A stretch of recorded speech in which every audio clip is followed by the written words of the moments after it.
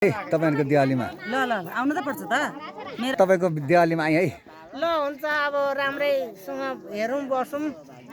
खाऊँ अनि सँगै जाउँ आइ है आउने हो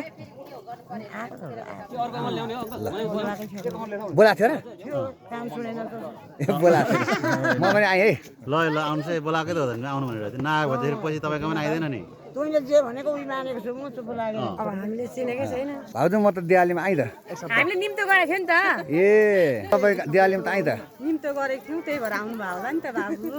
दिवालीमा आएँ है हजुरले त्यत्रो सम्मान गरेर निम्तो गरेछ झन् ए अनि आउनु परेन निम्तो गरेको थियो मलाई गरेको थियो एकदम आउनु भयो धेरै खुसी लाग्यो